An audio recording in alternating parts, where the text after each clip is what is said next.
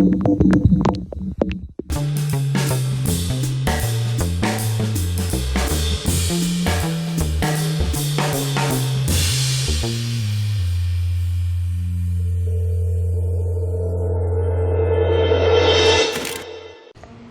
noches. Me da mucho gusto que esté aquí conmigo el doctor Luis Estrada. ¿Qué tal, Carlos? Quien dirige SPIN, que tiene mucho que ver con el mundo de los Spin Doctors, que bien desmantelan el discurso de algo o lo vuelven espectacular. Y este hombre encabeza un grupo de no más de 10 personas que pues tienen el mérito de haber descubierto una beta que a mí no se me habría ocurrido y que nadie más, entiendo, hace, que es un seguimiento puntual de todas las conferencias de prensa, así se llaman, que ofrece el presidente Andrés Manuel López Obrador, particularmente las que tienen lugar de lunes a viernes en Palacio Nacional. ¿Estoy bien? Así es, así es. Y Luis Estrada no solo lo ha dicho en distintos foros, lo que tiene que ver con el mensaje o los mensajes o el discurso presidencial, sino que ha hecho una especie de marcaje personal también a la audiencia del presidente en el salón de la tesorería del Palacio Nacional. Y Luis, te invité porque me ocupé la semana pasada y en estos días me he seguido ocupando de quienes pienso que son reventadores de una auténtica conferencia de prensa, que son, desde mi punto de vista, falsos periodistas y que más bien parecen ser lamezuelas o lambiscones que le ponen al presidente López Obrador preguntas para que él, pues más bien no tenga nada importante que decir y a los que les dedica más tiempo que a los verdaderos pocos reporteros, periodistas genuinos que van a esas conferencias. Por eso te invité. ¿Qué hay con esa población que uno de ellos la semana pasada provocó una respuesta de casi 45 minutos? Así es, Carlos. Mira, primero, muy importante, nunca nadie en la historia, ningún presidente ha hecho conferencias de prensa diarias. Ninguno. Nadie en este momento las está haciendo. En el mundo. Nadie. Por eso generan interés y es por eso que en SPIN nos dimos a la tarea de medir un fenómeno.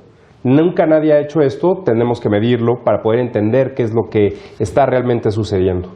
Y a lo largo de estos meses, empezamos prácticamente igual que el presidente a medirlo, hemos observado no solo diversos patrones sistemáticos de respuestas, sino también, como bien mencionas, la aparición de ciertos reporteros que preguntan frecuentemente al presidente y que además lo hacen con una cierta regularidad y un esquema parecido entre sí. Te voy a decir lo más importante.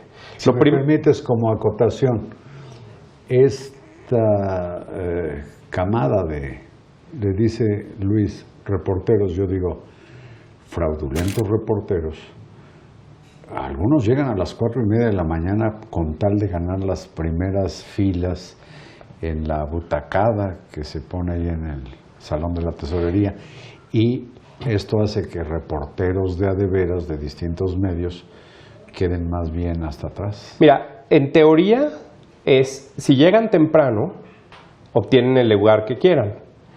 A diferencia, por ejemplo, de la sala de prensa en la Casa Blanca en Estados Unidos, donde los lugares se asignan de acuerdo con la jerarquía de cada medio. Es decir, hasta adelante se sienta la televisión junto con los periódicos más importantes. Y en segunda fila las cadenas de noticias, que son las más importantes, de cable, y así se van hacia atrás.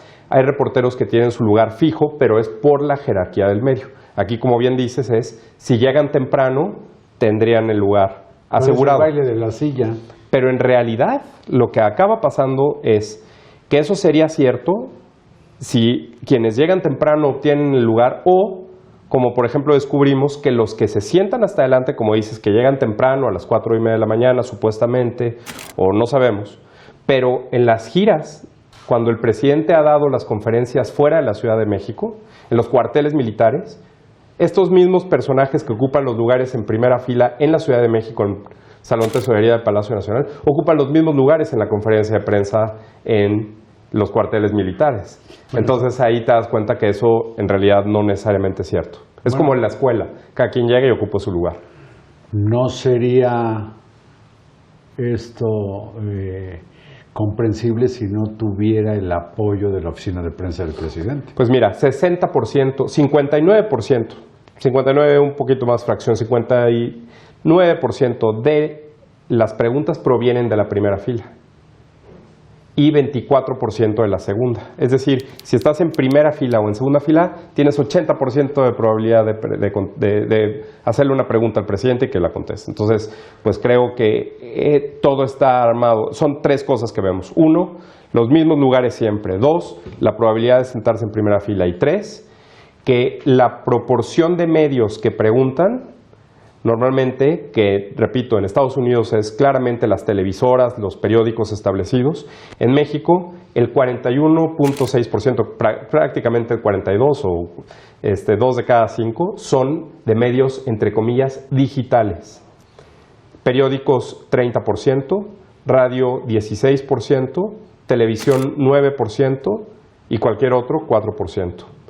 Esto de los medios digitales, que yo llamo del vecindario cibernético, pues en realidad son muy pocos los que tienen crédito público o que tienen un seguimiento interesado de alguna audiencia medible. Mira, lo que hemos detectado es algunos de los, porque es difícil corroborar de dónde vienen, pues tienen sitios o tienen un blog, hay personas que solamente tienen una columna en un portal y por eso ya se acreditan como medio digital, hacen sus preguntas y el presidente les contesta. Y las preguntas que hacen estos que yo llamo reventadores de conferencias de prensa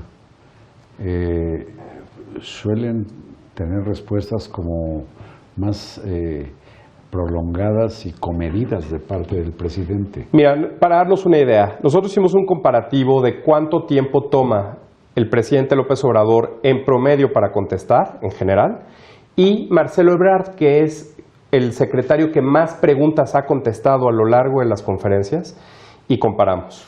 Mientras que Marcelo Ebrard tarda 2 minutos por pregunta en contestar, el presidente puede llegar a hasta 14 minutos promedio por pregunta. Y cuando entonces el presidente contesta con tanta extensión es porque en buena medida contextualiza, como él lo llama. Es decir, se va hacia atrás, se hace referencias en promedio. Sin embargo, según veo cuando me asumo esas conferencias, que yo digo para desmayanados, a los reporteros que plantean pues temas que son muy atractivos, muy oportunos, muy importantes, muy periodísticos, se les responde como de manera muy súbita, breve, no siempre de manera sustanciosa, a veces como dándoles esquinazo y pasando a otra cosa. Así es.